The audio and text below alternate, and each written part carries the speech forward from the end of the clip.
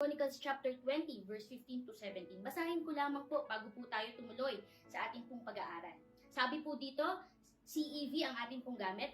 Then Jahaziel said, Your Majesty and everyone from Judah and Jerusalem, the Lord says that you don't need to be afraid or let this powerful army discourage you. God will fight on your side. Verse 16, so here's what you must do. Tomorrow the enemy armies will march through the desert around the town of Jeruel. March down and meet them at the town of Ziz as they come up the valley. Verse 17, you won't even have to fight. Just take your positions and watch the Lord rescue you from your enemy. Do not be afraid. Just do as you are told, and as you march out tomorrow, the Lord will be there with you. The Lord will bless the reading of this passage. Napakaganda pong sariwain ng kadakilaan ng Diyos sa buhay po ng mga Israelita sa panahon po at sa pamumuno po ni Jehoshaphat. Alam naman po natin na si King Jehoshaphat ay isang tapat at isang makadiyos na hari. Nakakakilabot po ang ginawa ng Panginoon sa pahayag na ito, sa kwento na ito. At napakarami pong aral na makikita po natin. Kaya po ang ating aral ngayong umaga ay pinamagatan po natin, stand firm and take your position. Sabihin nyo nga po, stand firm and take your position. Dito po, bigyan lang po natin ng kaunting flashback or summary ang kwento po ni King Jehoshaphat. Alam naman po natin na si King Jehoshaphat ay tapat pong hari sa Panginoon. Isa po sa mga nag-pull out o nagtanggal ng mga Diyos-Diyosan sa panahon nila.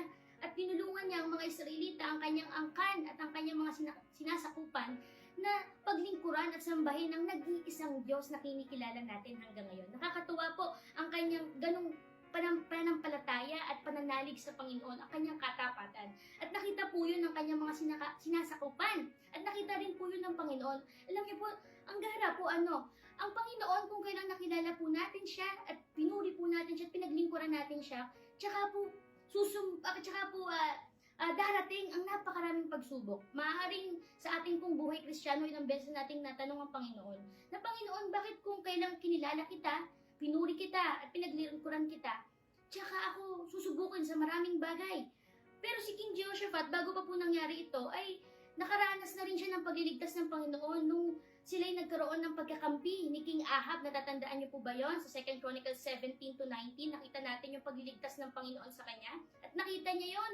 Kaya po naging motivation po ni King Jehoshaphat yon para mas mag-umigting ang kanyang pagmamahal sa Panginoon. Pero sa sa chapter po nito, sa 2 Chronicles chapter 20, kakaiba po ang nangyari.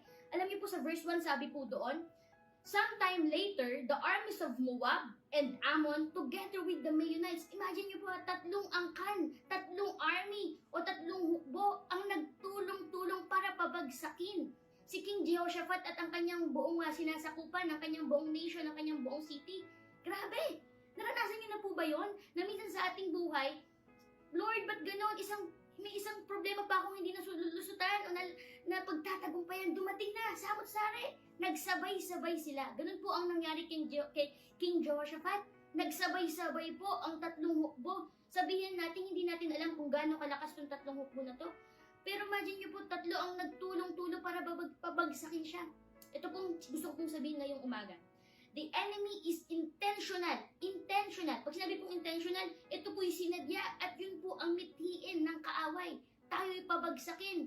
Tayo'y sirain. Sabi nga po sa John 10:10, di ba po? Ang kaaway ay naparito para magnakaw, sumira at pumatay. So ganun din po ang intensyon ng kaaway sa mga panahon yun kay King Jehoshaphat. Siya'y sirain, siya'y pabagsakin. Pero nakita natin na nag-umigting, nangibabaw po ang pag-ibig ni King Jehoshaphat, ang kanyang malalim na pagnanasa na unahin ng Panginoon sa gitna ng kanyang pinagdaraanan. Kapatid, ngayon pong umaga, mag-iiwan po ako ng tatlong bagay na nakita natin na napakagandang bagay na ginawa po ni King Jehoshaphat at ng kanyang buong angkan, ng kanyang buong sakupan para mapagtagumpayan nila ang kanilang battle, ang kanilang labanan. Tatlong bagay lang po. Number 1, position yourself. Sabihin nyo nga po, position yourself. Sabi po dun sa verse 17, balikan lang po natin, no? Yung tatlong bagay na iiwan ko po ngayong umaga ay kinuha ko lang po sa verse 17. Sabi po doon, you won't even have to fight. Just take your positions. Sabi po dito, iposisyon mo ang sarili mo. Bakit po kaya kailangan pang sabihin yon ni Jahaziel? Alam natin si Jahaziel ay anak po ni Prophet Zechariah. At siya po, sa kanya po nangusap ang banal na spirito, ang Panginoon, para ipahayag ang isang propesiya at pagpapalakas kay King Jehoshaphat. Imagine niyo po yun ha. At ang sabi niya doon, just take your positions. Ihanda, ipwesto ninyo ang inyong sarili. Simple lang po. Sa panahon na tayo po'y nasa gitna ng matinding pighati, matinding labanan, at matinding problema, iposisyon natin ang ating sarili sa harapan ng Panginoon at tayo po'y lumuhod. Tayo'y magsumiksik sa Panginoon. Ang problema po, lalo na po ngayon, nasa panahon pa rin po tayo ng pandemya, 1 taon na po tayo nakikibaka at ipinaglalaban hindi lang po ang ating physical being, pero pinaglalaban natin ang ating spiritual being. Isa po sa sinira ng kaaway sa panahon na ito, sa season na ito, ay ang ating matinding pananampalataya sa Diyos.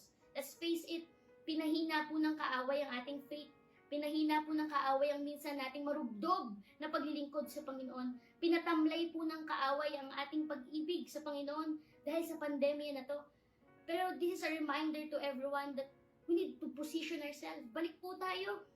Wala pong paraan at wala pong panahon at wala pong dahilan para tayo tumakbo at magtago. Ang tunay na Kristiyano na nagmamahal sa Panginoon ay hindi tagtatago, hindi tumatakbo.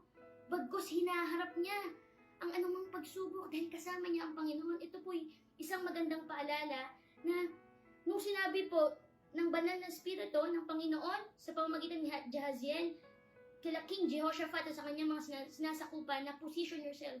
The Lord is telling them na meron silang kaagapay, kasama nila ang isa't isa, ang co-brethren nila, at higit sa lahat, ang tulong ng Panginoon, ang kapangyarihan ng Panginoon.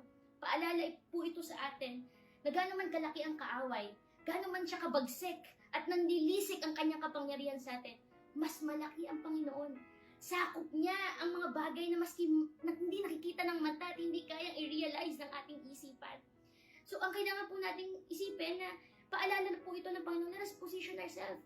God is also reiterating that how we position ourselves and where we position ourselves is extremely important to the battle's outcome.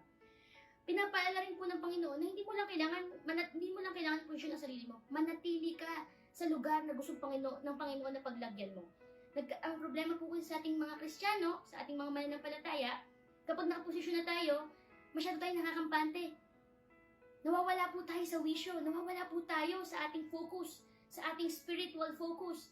Kaya po nangyayari, minsan na tayong nakaposisyon, nawawala pa tayo. Kasi bakit? Ninanakaw ng kaaway ang ating pananaw, ang ating focus, ang ating paningin. Pero dito po, paalala sa atin na manatili po tayo.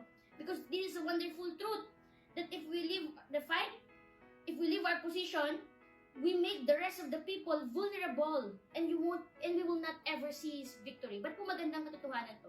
Dahil po sa kabila ng ganong katotohanan na ang Panginoon pala nasa pananatili ang pagpapala.